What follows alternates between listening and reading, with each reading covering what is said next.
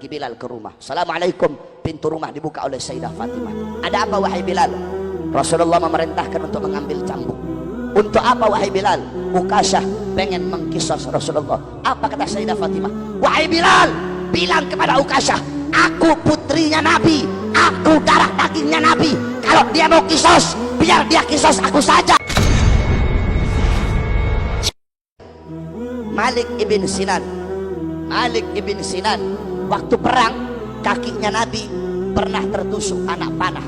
Malik ibn Sinan, dia kecup, dia cabut itu anak panah, kemudian dia kecup, dia telan darahnya Nabi. Kata Nabi, muntahkan wahai Malik ibn Sinan. Apa kata beliau? Tidak ya Rasulullah, aku ingin darahmu bercampur dalam darahku. Apa kata Nabi? Haram jasadmu disentuh api neraka wahai Malik ibn Sinan. Abdullah ibn Zubair, Abdullah ibn Zubair anaknya Zubair ibn Awam. Waktu Nabi habis hijamah, Nabi waktu habis bekam, Nabi bilang, ya Abdullah bin Zubair, buang ini darah bekamanku di tempat yang tidak dilihat oleh orang. Dibawa sama Abdullah bin Zubair, dia lihat gak ada orang, dia minum darahnya Nabi. Habis dia minum, dia bilang, sudah aku buang ya Rasulullah. Di mana? Di tempat yang aman, gak bakal ada orang bisa lihat. Di mana? Di perutku ya Rasulullah. Kenapa ya Abdullah bin Zubair? Aku ingin darahmu bercampur dengan darahku ya Rasulullah. Apa kata Rasulullah? Ketahuilah bahwasanya Abdullah bin Zubair haram jasadnya disentuh oleh api neraka. Kemudian Sayyidina Ukasyah, Sayyidina Ukasyah ketika Nabi pulang dari haji wada, Nabi berkata, Nabi Muhammad berkata kepada para sahabat, jikalau ada dari kalian yang aku pernah berbuat zalim, aku rela dikisos. Semua sahabat diam. Ukasyah angkat tangan, saya ya Rasulullah. Apa kesalahanku wahai Ukasyah? Ukasyah bilang, ya Rasulullah, dulu waktu perang, engkau ketika engkau ingin merapatkan barisan, barisanku agak terlewat maju sedikit ke depan, sehingga kau cambuk aku ya Rasulullah. Aku ingin membalas mencambukmu ya Rasulullah. Sayyidina Abu Bakar berdiri, Ukasyah, aku sahabat paling dekat dengan Nabi, aku yang pertama kali mengimani ketika Nabi Isra Mi'raj. Jangan kamu kisos Nabi, kisos saya saja, cambuk saya saja. Sayyidina Umar berdiri, Ukasyah, aku penggal kepadamu, jangan kau kisos jangan kau kisos Rasulullah, kisos saya saja. Sayyidina Ali berdiri, Ukasyah, saya dari kecil bersama Nabi, saya sepupunya Nabi, saya mantunya Nabi, Nabi mengajarkan banyak ilmu kepada saya, kisos saya saja wahai Ukasyah. Nabi bilang, diam kalian semua. Wahai Bilal, ambil pecut, ambil cambuk yang biasa aku buat untuk merapatkan barisan. Pergi Bilal ke rumah. Assalamualaikum. Pintu rumah dibuka oleh Sayyidah Fatimah. Ada apa wahai Bilal? Rasulullah memerintahkan untuk mengambil cambuk. Untuk apa wahai Bilal? Ukasyah pengen mengkisos Rasulullah. Apa kata Sayyidah Fatimah? Wahai Bilal, bilang kepada Ukasyah, aku putrinya Nabi, aku darah dagingnya Nabi. Kalau dia mau kisos, biar dia kisos aku saja, asal jangan dia kisos Rasulullah. Tetap diambil itu cambuk, dikasih kepada Ukasyah. Kata Rasulullah, ayo wahai Ukasyah, kisos aku.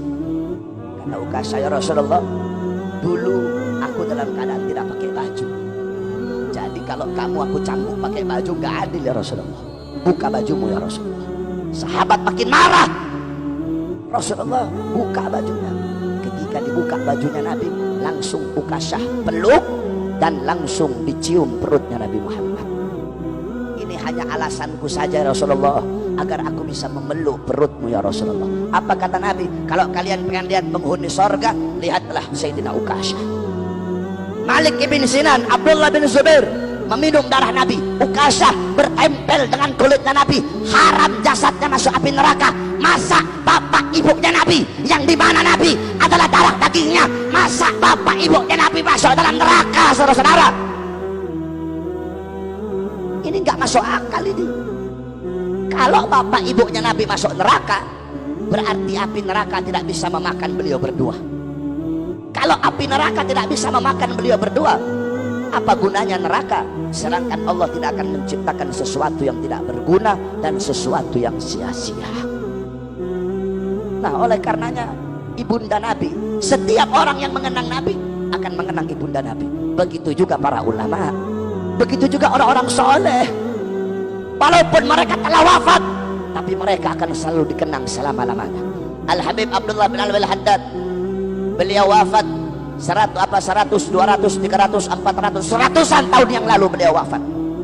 Ratusan tahun yang lalu beliau wafat, tetapi demi Allah sampai detik ini, sampai hari kiamat, beliau akan selalu dikenang selama-lamanya.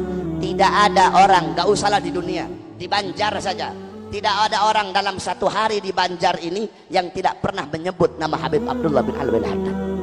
Padahal beliau telah wafat ratusan tahun yang lalu, tetapi kenapa beliau hidup selama-lamanya?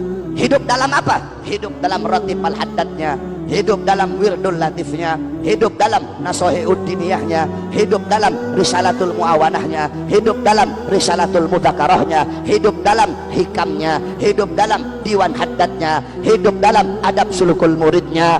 Al-Habib Umar bin Abdurrahman Al-Attas wafat ratusan tahun yang lalu, sampai detik ini, sampai kiamat beliau hidup dalam Ratib Al-Attasnya. Habib Abdullah Idrus wafat ratusan tahun yang lalu, beliau hidup dalam Ratib Al-Idrusnya. Al-Imam Ghazali wafat ribuan tahun yang lalu, sampai detik ini, sampai kiamat beliau hidup di dalam apa? Dalam Ihya Ulumuddinnya, dalam Mukasyafatul Qulubnya, dalam Miyarul Ilmnya, dalam Bidayatul Hidayahnya. Al-Imam Syekh Abdul Qadir Jailani wafat ribuan tahun yang lalu, sampai detik ini, sampai kiamat beliau hidup dalam Al-Gunyahnya, hidup dalam Auradul Qadiriyahnya. Syekh Abil Hasan Asy-Syadzili wafat ribuan tahun yang lalu, sampai detik ini, sampai hari kiamat beliau hidup dalam Auradul Syadziliyahnya, dalam Hizbul Baharnya, Hizbun Nasarnya. Beliau hidup dalam Mafakhirul Aliyahnya, beliau hidup di dalam Sirrul Jalil fi Khawasi Hasbunallah wa ni'mal wakilnya. Ini para ulama, ini para orang-orang soleh. Walaupun mereka wafat, walaupun mereka mati, walaupun mereka meninggal dunia, mereka akan selalu dikenang selama